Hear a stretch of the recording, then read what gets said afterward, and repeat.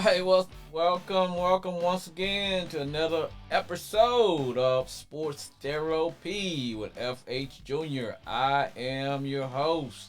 If you are new to the show, that's who I am. This is the show, Sports Therapy, FH Jr. If you are a regular, thank you for calling in. Appreciate the support. And let's get started on today's show. Now, normally I give everybody just a little do a primo during the week, just get a little idea of what we're gonna do this week. But you know what? Let me start off by saying football is back. We had the first preseason game, and I was a little bit disappointed. You know what? I was majorly disappointed. Okay, but before we get into that, let's talk a little bit about the show. Now, once again, let me read the rules and regulations of sports therapy with FH Jr. Now, you guys heard my introduction. I usually jump in a little 20 seconds and then we jump into the show. Once again, I am rocking the standard uniform, Washington Commanders, because that's my team. Still rocking the cool beard. After getting a new fresh haircut today, would take my cap off, but can't do it. Now, about the show. Sports therapy is entertainment and entertainment only. We do not talk about politics. We don't give a fat rat's butt about what the Democrats are doing or what the Republicans are doing. This is our time to just chill. We don't talk about race relations. We don't care about your sexual orientation. If you are a friend of NFL football, and if you like football, you are a friend of mine, and all are welcome to participate. And there is no fan shaming on FH on Sports Therapy with FH Jr. So you don't have to have a bag over your head when you support your team, at least until the start of the season. You might put a bag over your head later if your team just get off to a bad start. Now, now we're going to be in the next couple weeks or so. We're gonna be changing our time. We'll be going from Monday mornings at 7 o'clock Central, from 7 to 8, and then we'll be coming to you directly after the NFL games are played on Sunday. So we'll be able to give our fans the opportunity to call in and express their opinion. I.e., you'll have 3 minutes to rant, rip, laugh, or kick some knowledge about all things NFL related. So, in another 2 weeks or so, in which I'm going to announce, you'll be able to call in. And as I was saying, we're going to a new time slot. So, we should be good. But until then, we're going to push on with the show. Today's show. Now, we have done, I was just checking, man, I am up to, this is our 11th episode of Sports Therapy with FH Jr. So we've covered various topics. We did owners behaving badly 1 and 2. We did a show on the Cleveland Browns, a hot mess that is the Cleveland Browns. Then we asked the question last week: is your spouse a sports louse? So we've been all over the place, but now I'm gonna narrow it down. Today's topic is going to be called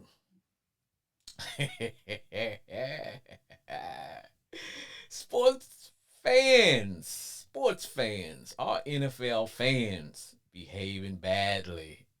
So we got a top 5 list of the worst NFL fans as established by, I don't know who was it, some official poll or whatever. But we're gonna cover what's known as the worst NFL fans. And no, they're not my Commanders, but we're gonna talk about that. And we will also get into life in times of referees. Because everybody thinks they know the game. And I'll be honest, I was just in doing some research, I realized there's a lot about NFL officiating that I don't know. So that's why I did some research. And you guys know I don't just get out of bed and wing the show.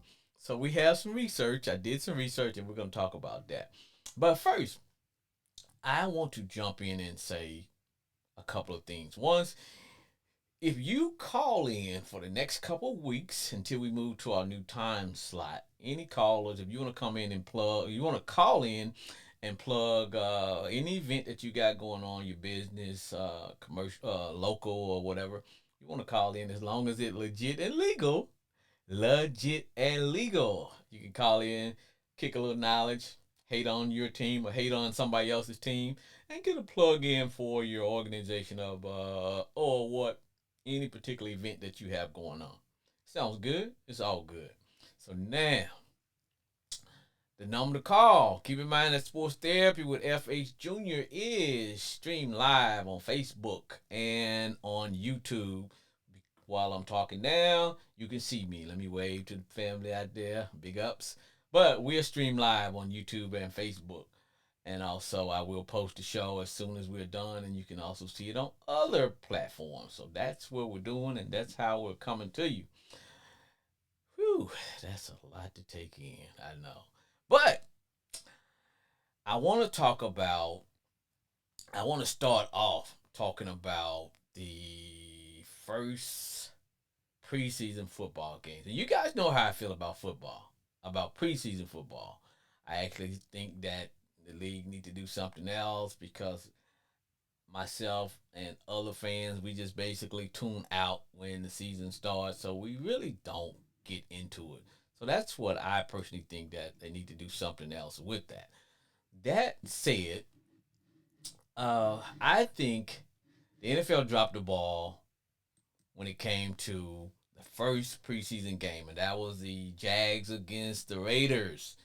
Jags against Raiders. Now, I'll be honest, whenever you throw the Raiders out there, they're one of the franchise teams that whenever the name Raiders, we're going to tune in. But I know preseason, and we talked about it a couple weeks ago, and we said, okay, the first game preseason, basically it's nothing. You know, guys get on the plane, they go and they play. There's no planning. Nobody get any type of instructions. It's mostly conditioning. I understand it. I get it, and it's a chance to take a look at the rookies, evaluate players, and see where they are in terms of following whatever off-season plan that they should be following, conditioning, all that good stuff. But if you are going to headline the Hall of Fame game, and it's going to be the middle of the week, like the NFL had this week, then my God, come on, man, show us something. Show show us as fans something. Give us something. And that's why I feel like the league dropped the ball there. It's like, come on. I understand you're not going to play starters heavy minutes, but to not show any starters at all, to not let any of the starters even play. They could have put those guys in for, I don't know, one series, turn around and hand the ball off to a tailback, throw a little quick out to a running back out the backfield. Do something.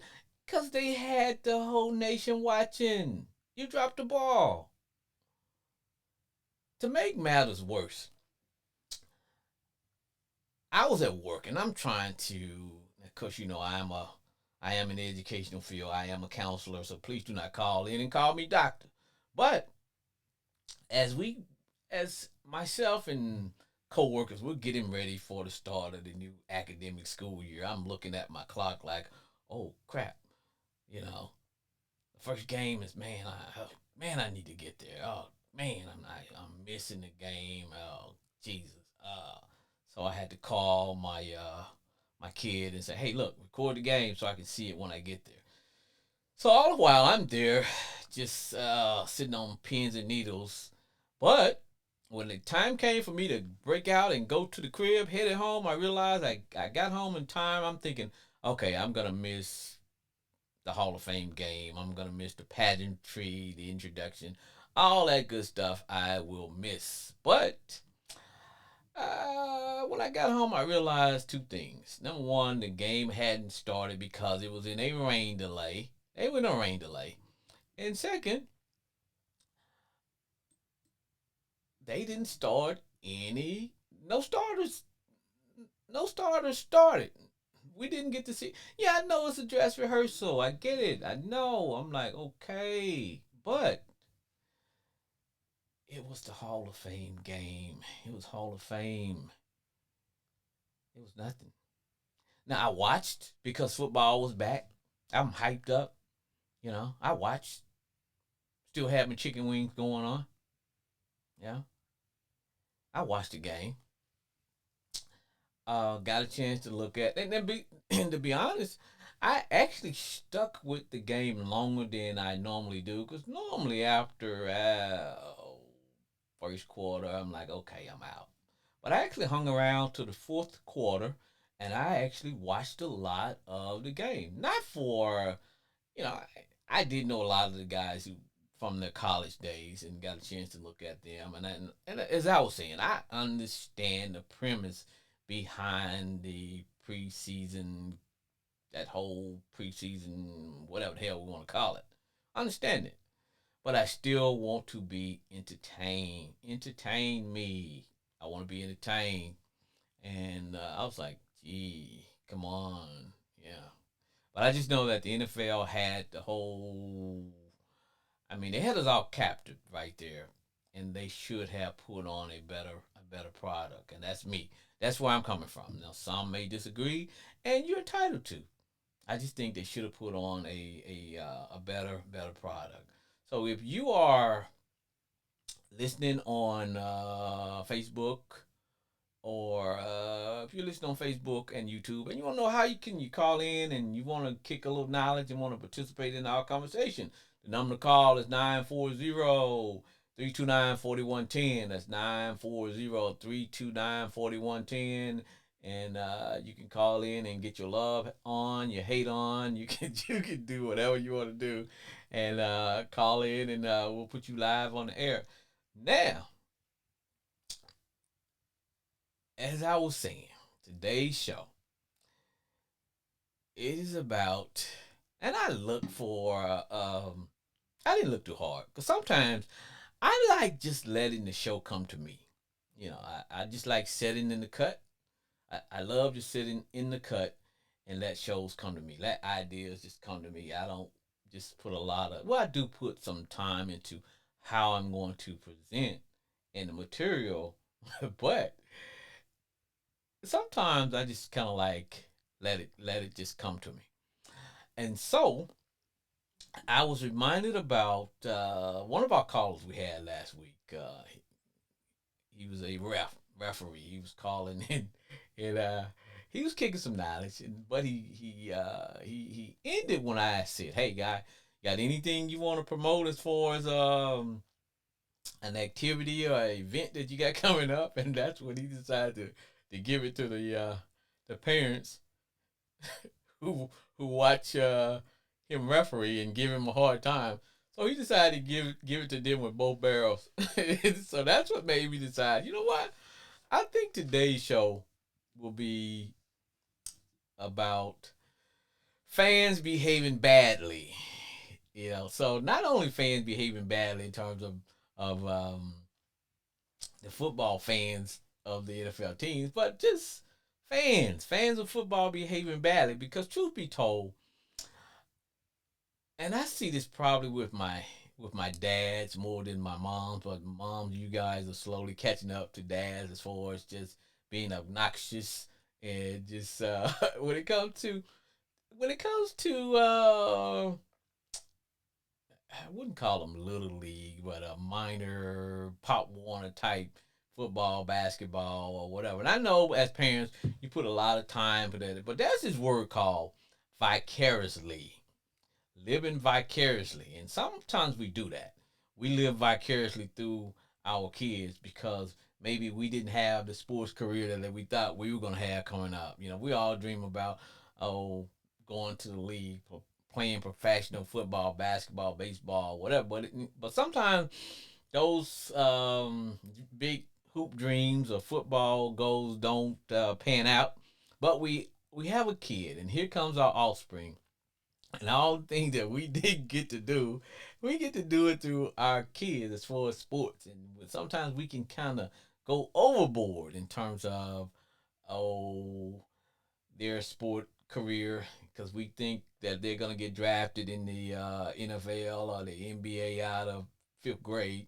And hell, it never happens, never going to happen. So instead of letting the kids learn the game, and instead of you enjoying the game as your child grow up, sometimes as parents we get too involved in the game. I mean, too involved in the game to where we just question everything about the game, including the coach that's coaching our kid, the referee that's calling the game, and we got tendencies to act a fool in front of our kids. You know, giving the referee a hard time, yelling, "You suck! You ref, you suck! You spoil the game," and all kinds of cray. And so that was part of why I wanted to really get into today's show and kind of focus on that a little bit. And so we got we gotta examine.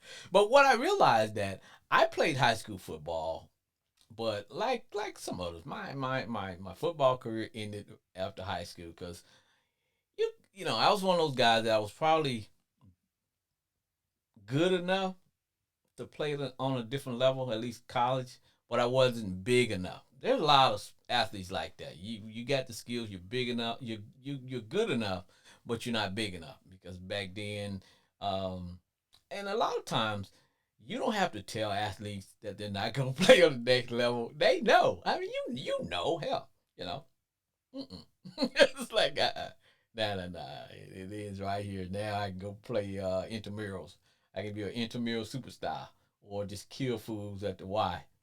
You go to the Y, just be balling out of control. But getting back to my today's topic, as I was saying, I found out I didn't know a lot about refereeing as far as what it takes on the next level for the National Football League. Yeah, me, I like to think about when I'm watching the game. I like to think of my referee as just like being a light bulb in my house or at work. I don't need to notice them as long as the lights are on, you know. But once the lights go off, I'm I'm thinking, what the hell? Why are we in the dark? So I like to think of that way when I look at my NFL officials. If everything is going great, their impact on the game should be next to invisible. They should be calling a good game. Now, will they make errors? Probably. I mean, they're human. They make errors. That's why we got this thing called instant replay, which I used to not be a big fan of. I am, but I'm not a fan of how long it takes for them to get it right. You know, get it right. But don't have me where the game is going, the quarterback is in rhythm, the offense is in rhythm, and then all of a sudden we stop the entire game for a judgment call. You know, now if it's egregious, I understand that. Coaches get the choice to throw the little red flag, and then we can kind of appeal and we can set things in motion. But sometimes I was like, come on, man, get under the hood, make a call, give it to the offense, give it to the defense, and let's just keep it freaking moving. Instead, it turns into this long, drawn out. I'd be like, damn, am I watching Jeopardy or something where you know the little clock keeps moving?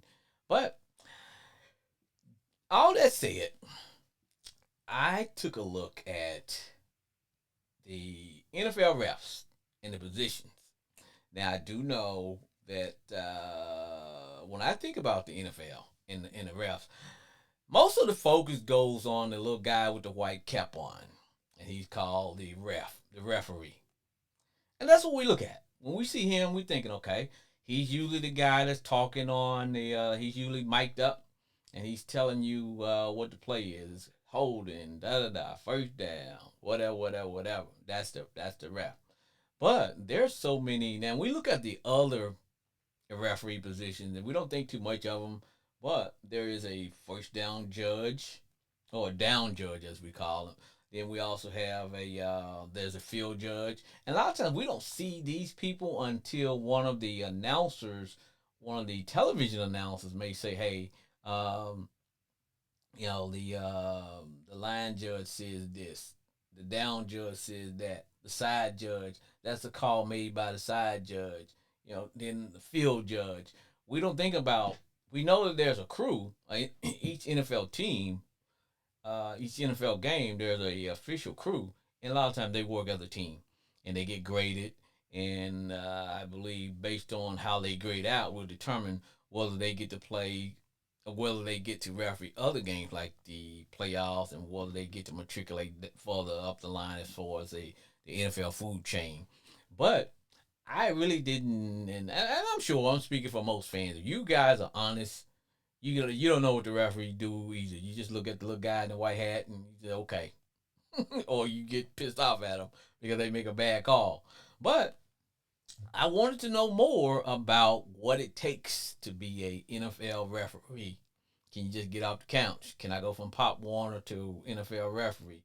Can I go from major college referee into NFL? What is the steps in order to get to be one? And what's the freaking pay? You know, are there benefits to it, or whatever?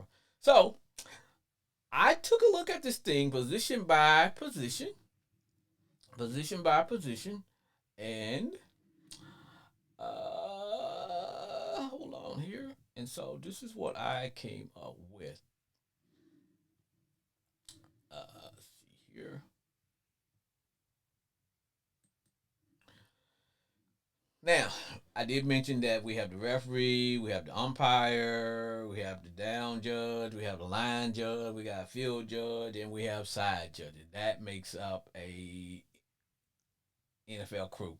And of course, they have extra just in case someone get injured, because it happens. Because NFL football games are physical, and they can test one's physical limits. And because of that, you have a crew, and you have a backup crew. And so, that being said, let's look at the referee. Now, normally that's the guy who he's normally going to be the person who we see, who get most of our attention as fans. That's usually the guy that he's in charge of the game. He's in charge. He gets the final say. Now, normally they line up about I say about 15 yards in the backfield. Now, these guys here, mainly their duty is two things: to keep an eye on the running back, the quarterback, and they're looking at the guard and the tackle, just to make sure that they're looking for things such as you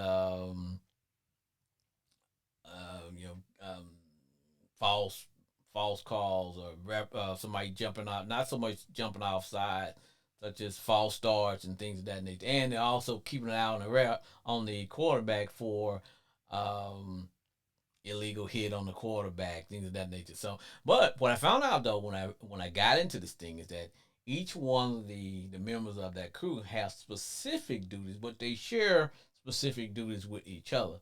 So it's almost like a if I miss a call, then somebody else will be on that same call, and we can get together and figure out and work this thing out and figure out, you know, was does something need to be overturned? Are we good to go with that? So when I think about the referee, like I said, he is going to be 15 yards behind in the backfield. Normally lines up behind the tight end. If you understand how to line, you got the center, guard, tackle, um, and you have your tight end and your wide receivers, and then of course you got your backfield, quarterback, running back, flanker. All depends on where that guy lines up coming out the backfield. But you have that. That's but the referee, and I think because so that we can distinguish the ref from the other members of the team, that's why he wears a little white hat. That is the ref. Now like I said, he's mic'd up, and his primary duties are going to be um, looking for offsides, and also watching any type of conflict that's going on between the defensive line and the center, and that's where you get your holding calls made on the offense, and that's usually going to come from the referee, because he's right there. He's right in the backfield, standing behind the quarterback or the running back. Late hit on the quarterback, he's gonna make that call. But ultimately, when a call is made downfield by another position ref, they will get together. As you watch the games, you see they'll run up to the referee real quick and say, "Hey, I got holding on such and such. I got false start on such and such." So that's where that position is. And then right next to him, but on the opposite side, is the umpire. Now it was fun. You'll see that umpire in there too, and his job is to, you notice, is that when a play happens, they get the ball quickly to the umpire. His job is to set that the ball up on the line of scrimmage. Let's get ready for the next play. But now he shares duties with the ref in terms of watching the guard and the tackle and the defensive line, looking for holding, um, false start penalties, late hit on the quarterback, and all those things. So the reason I'm saying it, that way we'll know who to get mad at when we see a bogus call, a call we don't agree with. Because I know sometimes you can see where a call is made by another ref, but you got one ref standing about 2 feet away. Like, wait a minute, that's why did he make the call? Because that's not his call to make. As crazy as that sounds. So that's why this is gonna be NFL referee 101, or refereeing for dummies like myself and some of us, because we don't really know the duties of the officiating crew. We just know when they screw up, we pissed off at them. but like I said, you have your umpire, like he's usually on the opposite side of the referee, line up pretty much maybe about 15 yards deep, and he's sharing some of the same duties with the referee, but that's what he's doing. Now, how many times when we see the receiver go out for a pass, and all of a sudden if he catches it, we like, okay, he's in, he's not in, is he out? Or the running back hits the sideline, okay, is he out? Is he, whatever, did he fumble? Whatever. That is where you have your line judge. He's right there. And the cool thing about the line judge is he's right on the line. So when guys, that's why you should never have anybody lining up outside. That's one of the, when I was coaching, when I was playing, that's one of the things that just burned me up. Is how the hell do you line up outside when all you got to do is line up with the line judge? You just line up with that guy. You won't be outside. Okay? You won't be outside. Now, Cowboy fans, you guys should you guys should get familiar with with these two positions. The line the line judge, because that's one of the main problems that Cowboy fans always have with one of you guys. Always false start, false start, false start. So when you want to know which official is to be pissed off at when someone constantly jumping outside, it's either gonna be the line judge or the down judge, because that's they are on the line. Their job is to watch the line and make sure that you got enough offensive players out there. You count the players. You assist with counting players. Make sure on offense, you're not there to count defense players. You're counting the players on offense to make sure that we got 11 and that we good. But you're looking for things such as false start, um, linemen down the field when they should be on passing plays. You're looking for that little holding, holding. Yeah, so that's where that position comes into, and that's shared with the noticing. And one position is called the down judge. Now, note the title. It should tell you down judge. So his primary job is to keep an eye on that chain. He is the guy that looks at the chain crew and make sure that, okay, before we move chain crew, let's make sure we mark the first down, second down, or flip that little thing over and let us know Are we first and 10? Are we third and whatever? That's where that guy's job now. He shares some of the same duties with the line judge. That he's gonna be looking to see, is anybody outside? Do we have any holding? Cowboy fans, Commander fans. Now, the position that's gonna kill me is gonna be when I talk about the guys who referee the defensive side of the ball. Because I know my man Carson Wentz gonna be throwing a hell of a lot of interceptions and stuff. But that's what we have on the down. His primary job is to check the chain crew. That's and to mark the ball first down and keep an eye on the clock and sharing information back to the referee. Because if you think about it, the game is fast. It's a fast game. There's no way that the referee can see everything, be in charge of everything, make all the decisions. So, but the ref doesn't have time to overrule any members of his team. They basically say, "Hey, what you got? This I got holding. Okay, boom. Let's mark it. Let's move with it." So now we start to get on the defensive side of the ball. Here we talking about having what's called the field judge. We got field judges and we got side judges. Now we're talking about the role of offense, wide receivers, and defensive backs. We get into here where we got guys here. They're the guys that when you see a football is caught somewhere 30 yards down the field, like, oh hell, how's this old dude right here? Because they are positioned sometimes 25 to 20 yards down the field. And the side judge, he's on one side. His primary job is now one, keeping the time and making that call whether a ball is either out of bound, good catch, bad catch, legal catch, no catch. Did the guy bobble the ball? Blah blah blah blah blah blah blah blah. That's where we have that line judge, and he's looking for either offensive holding, pushing out by the receivers, or pass interference, or defensive holding by the defensive back or safety. That's his primary function. That's his primary duty. Then on the opposite side, you have the field judge. Field judge, same duty except for the opposite side. Primary function is to be involved in the hand-to-hand combat between the wide receiver and the DBs. See, okay, do we have holding? Do we have a good catch? Is he inbound? Did he step out? Was he juggling the ball? Ruling it a catch or no catch? And looking for any penalties on the defensive side as well as any penalties by the offensive player. So when we look at the game, we have a better idea as who's responsible for what and what the specific duties are.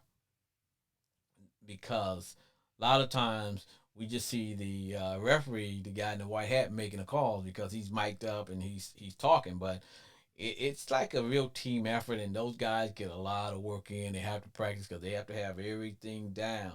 Now, last but not least, we have the back judge, and that guy is about 30 yards deep. He watches the second clock. That's the person that who's in charge of making sure that we're getting that playoff within the allotted time. If not, we'll get, hey, clock expired, and then it's gonna be a penalty. So that's his specific job, but also that person is in charge of making sure that if there's going to be any calls on wide receiver, defensive holding, pass interference along those lines. And so he normally will probably his duty. He'll probably be end up watching not the widest receiver because that's usually going to be your line judges. When your wide receiver come out and they either go trips and they spread out, that's going to be your normally your side judges are going to be have that function. But when it's something like a deep go pattern or something like that, that usually going to fall into the jurisdiction of your field your back judge, and that's to get an idea of what's going on there. Do we have holding? Is it going to be a touchdown?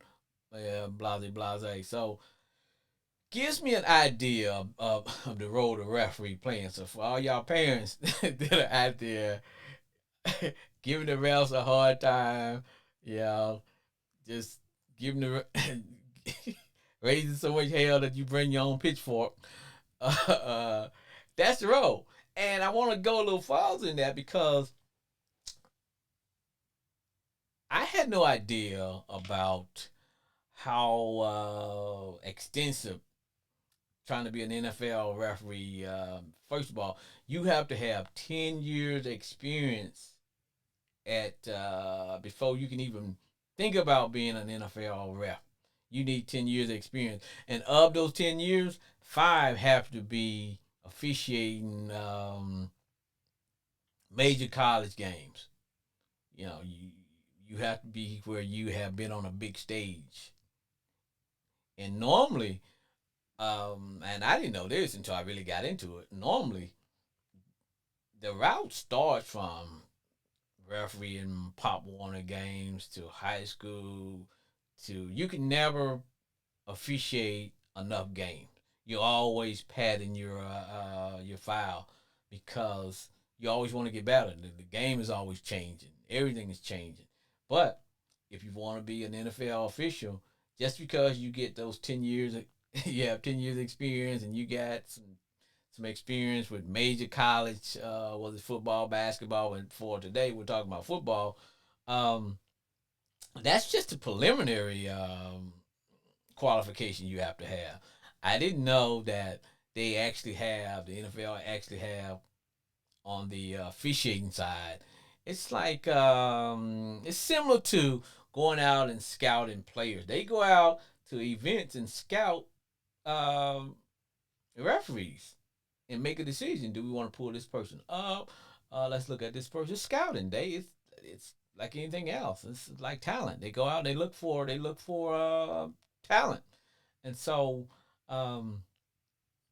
I really didn't know that until I actually got in. Like I told you guys, I don't just get out of bed and wing this show. I had to do some research, but I wanted to know just how much does it pay? How much does it pay? Is it worth it? Because you got to go. Like, if you get picked to be an NFL rep, they send you. It's that's where the training starts. It's just like making an NFL football team. The training is very intensive. You know, you go through that. Then they put you with a team, but it's not a full time job. So don't quit your day job. It's not a full time job being an NFL rep. But when you find out how much they make, you might want to quit your day job because it's a part-time job. The average salary of an NFL official is $205,000. Yes, the average salary for part time is over $200,000. Man, I am in the wrong profession. Let me start working on my resignation letter. That's a jokey joke. That's a jokey joke. I'm not gonna quit my job until they offer me that NFL referee job. Hey, did I'm out. But can you imagine getting paid $200,000 for part time? Just part time. Wow. But there is no insurance. You get no benefits. No insurance for an NFL referee. None. No insurance. But for $200,000, I can get some insurance. Don't worry about that. Okay. But they get to participate in the retirement program, so you can participate in a 401k plan. So it's all good though. Okay. Now, some of the bennies. When I say bennies, I'm talking benefits. Short for that's what bennies are short for. Benefits. Like friends with benefits. But these are benefits with benefits. But what I found fascinating is what is the incentive for me to be a good NFL ref?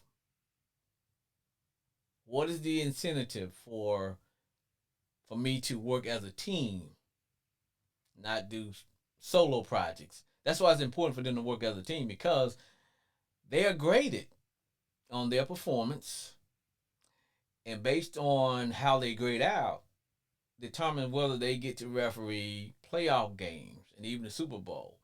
And if that being said, they get more money, additional um, cash as they move up and down the line. So um, I found out that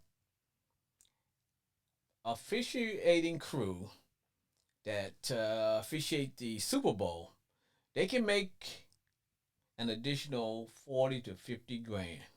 Can you imagine that? 40 or 50 grand. Hmm. So some of the officials that I know that I grew up with, some have retired, but I'm gonna throw out a couple of names here. I know everybody know Red Cashin, better known as First Down. First Down. Now, Brother Red has passed on, but that used to be one of my all-time favorite refs I could watch, man. First Down. Then there's Mike Carey, brother Mike Carey. And then I remember, Walt Anderson is still around. Now, one guy that gets me, because he's retired, but he works on, he still works, and they always call him to make a play, make a call while they're in the process of waiting for, while they're in the process of waiting for the damn instant replay. So they'll call Mike up here. Mike, what is it going to. And Mike never makes a play. He don't go out on a limb and say, well, hey, it's going to stand.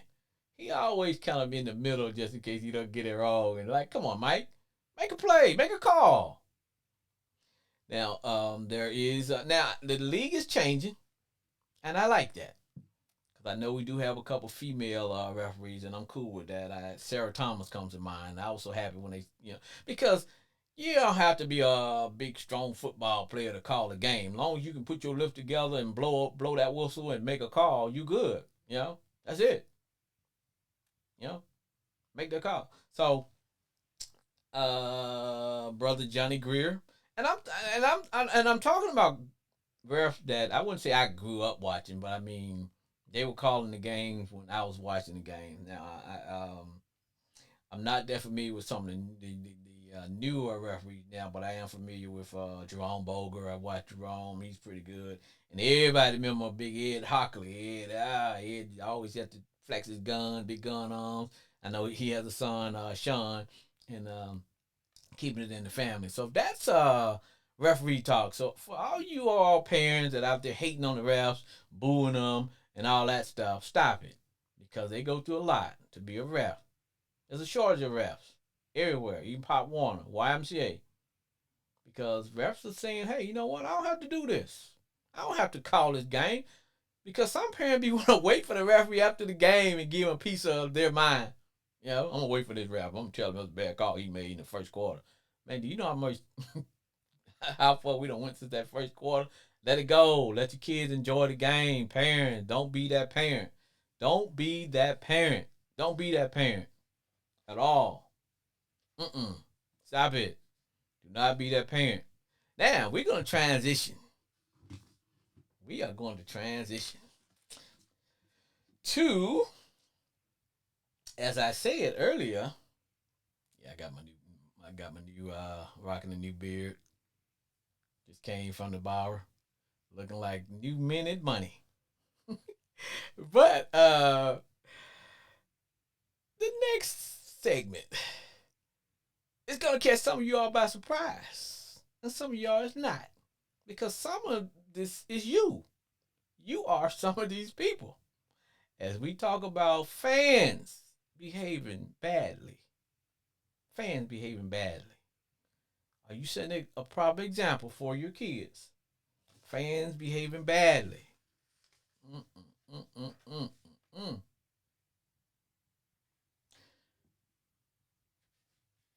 Let's say hello to our sponsors real quick.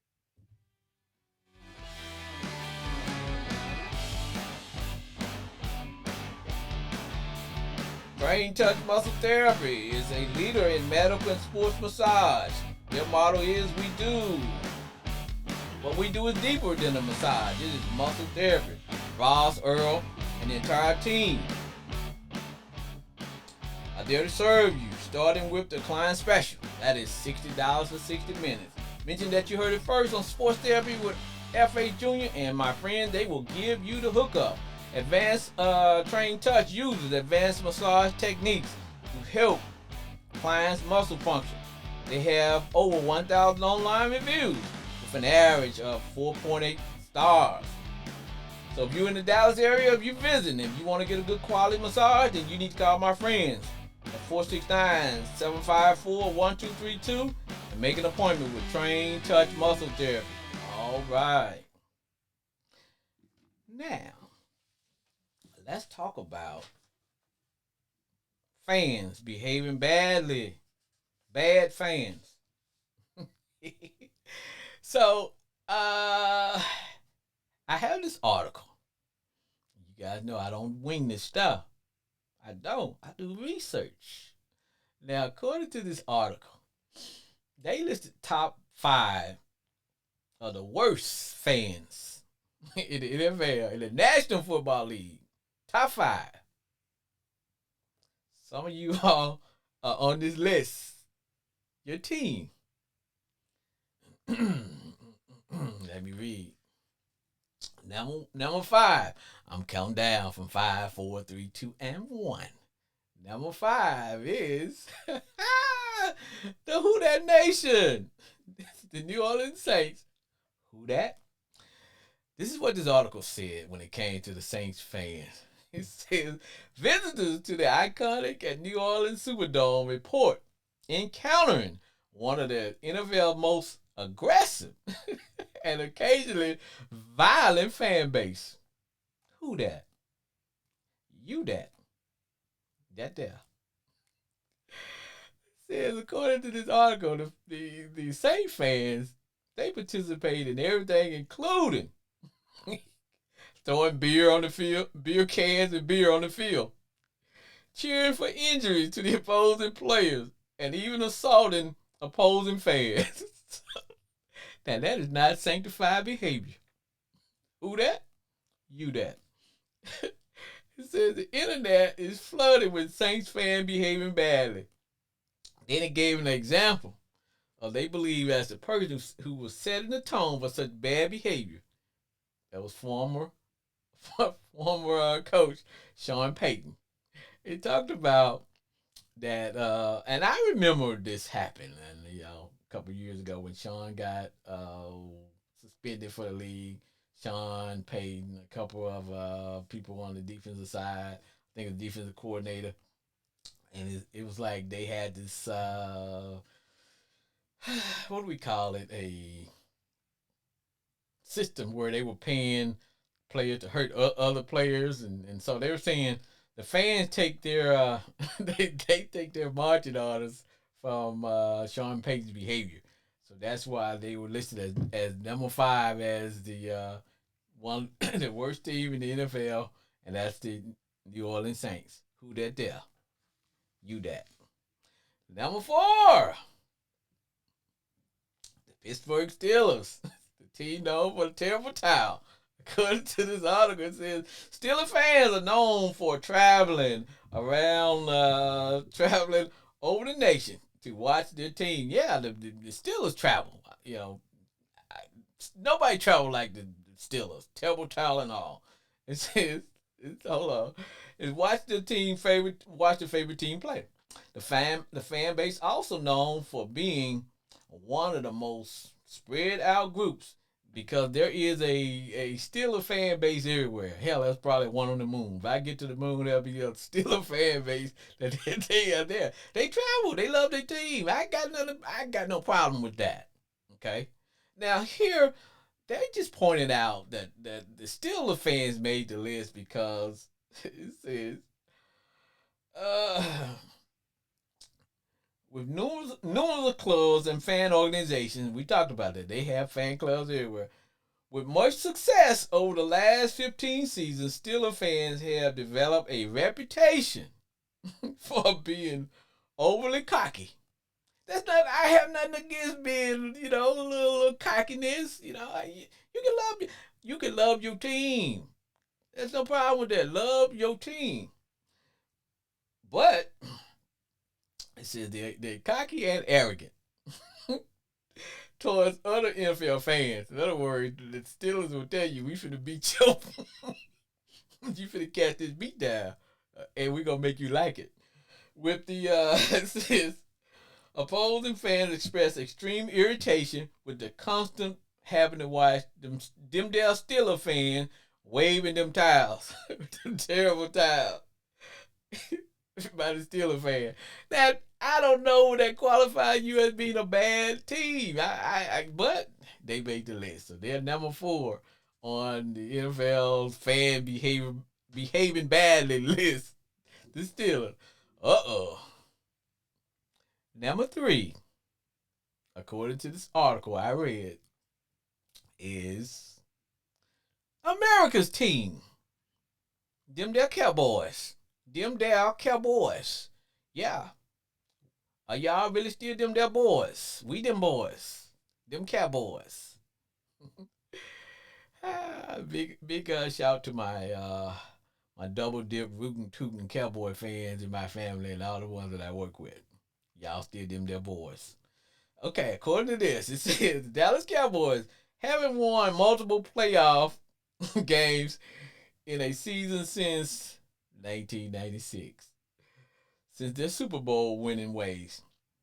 Since Dallas Cowboys, the Cowboys boast, and this is true, they have the largest fan base in the NFL. Y'all can pat yourself on the back. It's okay, yeah. Y'all be happy about that. Because as they say, a piss poor dog won't wag his own tail. Okay? Now, a sorry dog won't wag his own tail. So, Cowboy fans, y'all can feel good about that. Y'all got the biggest fan base it is. Y'all America's team. Mm-hmm. But this article said that them there Cowboys, this is how other fans feel about the Cowboys. Said that the Cowboys have been labeled spoiled and entitled. They think they are entitled to be in the Super Bowl every year, and every year they say the same thing. Hey, we gonna do it this year. We Super Bowl bust. And so, according to this article, that rubs other fans wrong. And the Cowboys have been known to lay hands on people. Now, if you ain't a preacher, or if you not administering first aid, you should not be laying hands on anybody. Keep your hands to yourself, Cowboy fans. Stop laying hands on opponents. Unless you're on that field with a helmet on. Number 3. Now, we get to number 2. Number 2 on fans behaving badly list are the New England Patriots. According to this article, it says are there more spoiled fans in the league? Is there a more spoiled fan base in any league than the Patriots? Says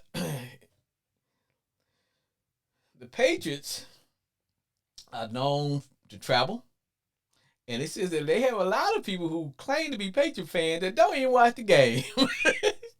Hell, they don't even watch the game, but they Patriot fans. Yeah, but they don't even watch the game. Most of them don't even know who on the team, but they will throw that and brag and boast. Hey, we Patriot fans, and they'll let you know they travel. They love to travel and sit down. The New England Patriot fans are some of the most well-traveled in all of professional sports. Others state that Patriot fans are described as the loudest, most obnoxious fans anywhere. The Patriot fans are the loudest and most obnoxious fans.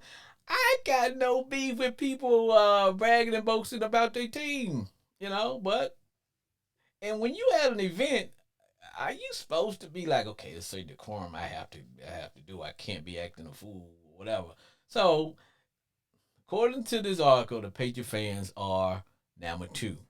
So now as we get to number 1, the number 1 team. Now I'm not gonna lie, I was not I was not surprised that this team was number one. Hold on, we got somebody want to call in. I was surprised. I was not surprised that this team was number one on this list. This team is the Philadelphia Eagles. The Eagles, because I witnessed some of this stuff. I witnessed some of the things took place while I was watching at home, because I'm not going to the stadium. No, so since Philadelphia Eagles, they are considered to be the worst fan base in the NFL. Oh, not just in the NFL. Nah, that wasn't good enough. Nah, that wasn't good. The Eagles wasn't happy just being the worst team, the worst fans in the NFL. They had to be the worst fans in professional sports. It says after the Eagles won the franchise's first Super Bowl in 2018, its fans celebrated. This is how the Eagles fans celebrated. They celebrated by tearing down light poles, flipping cars, and setting fires. Now, here's what gets me. According to this article, it says that's right. Eagle fans terrorized their own hometown. I don't mean to laugh, but damn, they terrorized their own hometown after winning the Super Bowl.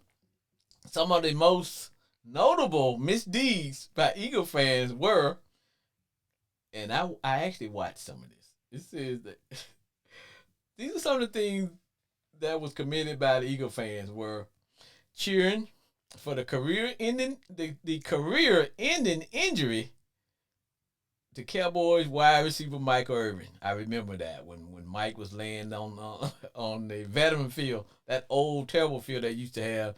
Eagle fans was cheering. They were cheering because he was injured. Then they booed Santa Claus. I don't know why was I watching these games, but yes, I remember Eagle fans were booing Santa Claus, and they were throwing snowballs at Santa Claus. And oh Jesus! It also went on to say that Eagle fans was known for throwing D-size batteries at opposing fans and beating up opposing fans, along with attacking the opposing team's mascot. Now, you think that's enough? Nah, they had to earn the title. So the Eagle fans also threw beer at opposing teammates, and then they were intentionally vomiting, throwing up on some little girl. Eagle fans, there we have it, folks. From the top 5 of the worst fans in the NFL. Oh, this show has been wild. I can't make this stuff up. I can't make this stuff up. Let me pay, before we break out today. Let me pay some let me pay some bills here. Here we go. Crown Royal. Discover Crown Royal. Blended Canadian whiskey. Patiently fit for a king. That is my drink indeed. Expertly blended. Let me say that again. Expertly blended since 1939. After a long day of crime fighting, I reached for a bottle. You know what I say? Crown me, baby. Crown me. Drink Crown Royal responsibly. That is my drink. Now, as we prepare to get out of here, I want to thank all those who tune in to my show. This has been Sports Therapy with F.H. Jr. This has been another episode. And although I had to roll solo today, they gave me the ball on the 1-yard line and I got it across the, I did not fumble. So to all my country kin folks down in the great state, everybody in the booth, those who are tuning in to F.H. Jr. and Sports Therapy in jolly old England, I want to say thank you. And to all the lions on the yard, stay golden, baby.